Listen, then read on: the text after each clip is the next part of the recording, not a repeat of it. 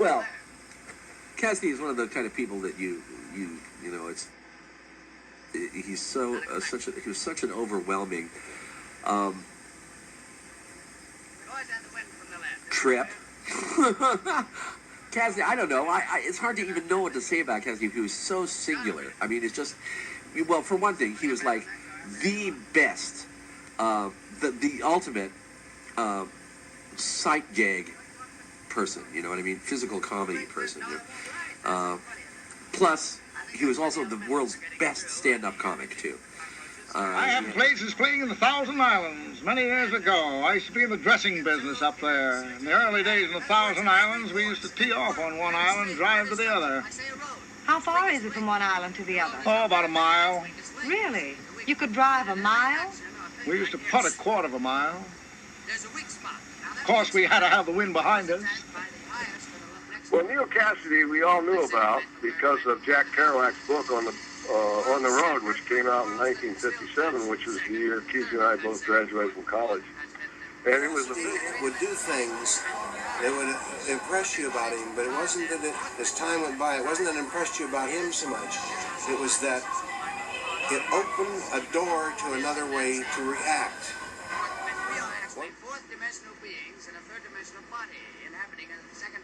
And, so he knew about Kesey, so one afternoon he drove up to Kesey's, and Kesey lived on Prairie Lane, and right by across the street from the Stanford Golf Course.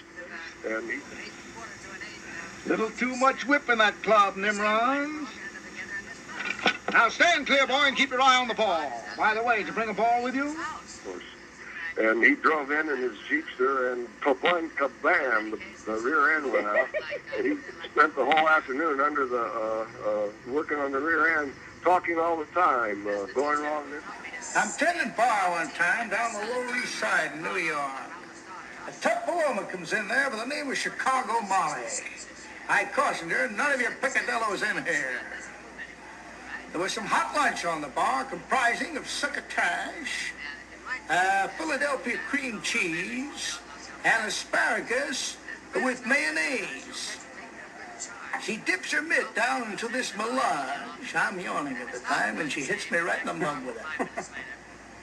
I jumps over the bar. Time, going wrong this curve, set up for that, unless you got a flat or suspension change either way. You know what it amounted to? I found out you could throw in the reverse anything under 10 miles an hour. Oh, gosh, good old granny. Well, you know, going wrong this curve, set up for that. But I did call him Kesey and Mother Ginsburg sometimes, like Neal did. But he didn't like it. I mean, he didn't like it when Neal called him those things. And I was trying to tell him this story I'm going to tell you about Neal. They said, "Oh, no, I don't want to hear it. If you really want to know, Bob, William Burroughs and I started the whole beatnik movement. Those other people had hardly nothing to do with it." Neal was parking cars. I told him, look, I want you on the railroad with me. They'll be calling me back to work pretty soon. It's always very seasonal in those days. And I said, I want a buddy on the railroad. Sitting on the goddamn table in the patio, wailing away on the goddamn saxophone, like nothing had happened at all. Is our subconscious or soul mind or thought or consciousness even is in that same fourth dimension. We are actually fourth dimensional beings in a third dimensional body happening in a second dimensional world. I know when I say second dimensional, these primary movements like elemental. What I was thinking of. The lag is the 1/30 of a second that it takes for a thought to traverse from your brain to your mouth, to your fingers or whatever. It's also the amount of time it takes for your eye to see something and it to register on the brain and become something. That's why I say the 9th, 15th, and then the 10th, you're out.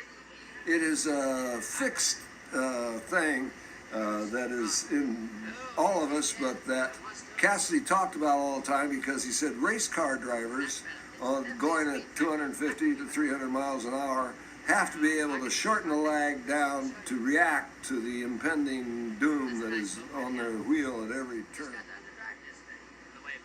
And so he was always talking about that, how to lick the lag.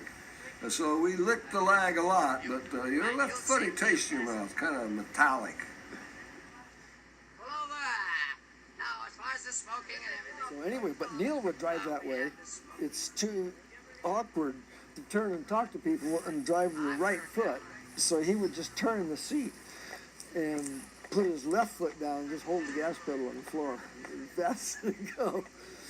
And he would look, and in a half a second, he would completely process everything that there was, side roads, traffic, traffic lights, signs, everything. He would process the whole thing for maybe a quarter of a mile out.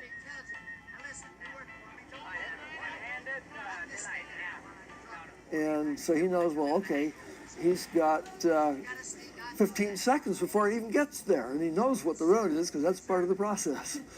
You know, so. We all deserve to myself, I hope. But I picked this up and turned right to the page in the very sentence I left off. My life is, I mean, psychedelics and Neal Cassady are almost equal in terms of influence on me. I mean,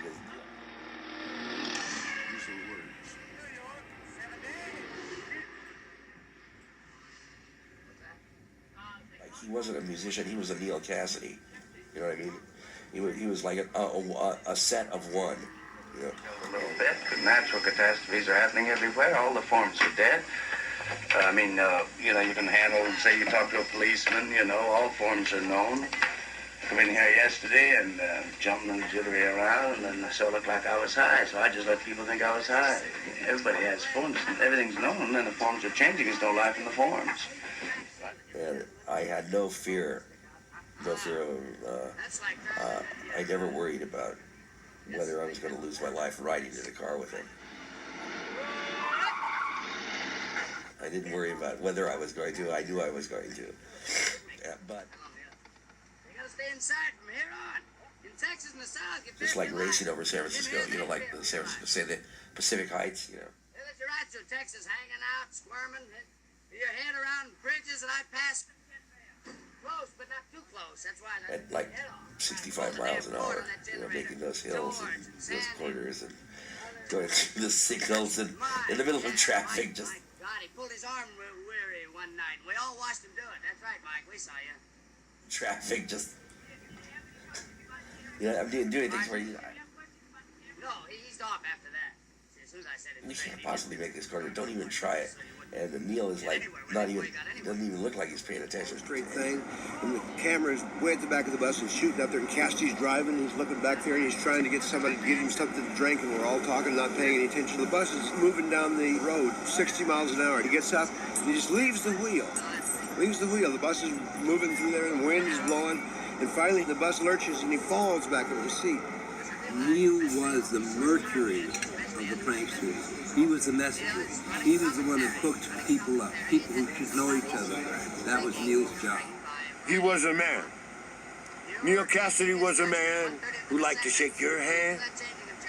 A man who could electrify the air wherever he ran. Neal Cassady was a man. Well, now stop all that abstraction. Now what'd you say? All right. Neal Cassady was a man. Highways, streets, and sidewalks, he could drive as good as anyone alive. He could drive. He could drive a point. He could drive a car. He drove round, over, under, far. Neal could drive a car. Gregory said he was the smartest man I ever met. Corso said, yeah, the smartest man I ever met. That doesn't mean he never placed a losing bet. Could transport a room into an unknown dimension.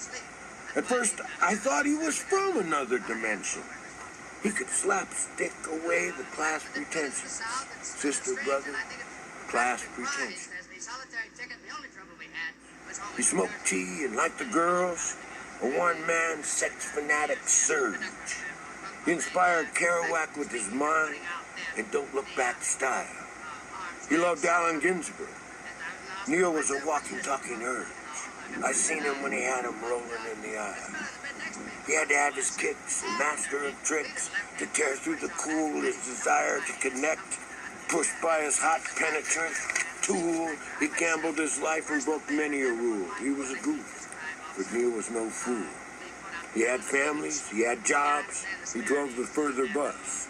He knew responsibility, he had regrets. and visions of Jesus. He liked to shake your hand. Neal Cassady was a man. Neal Cassady was a man.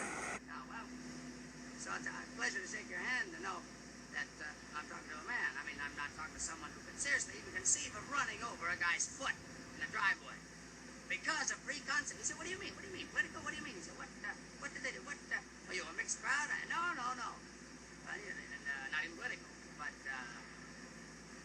boy, his eyes came right with me all the way, and boy, he was talking to me like a brother.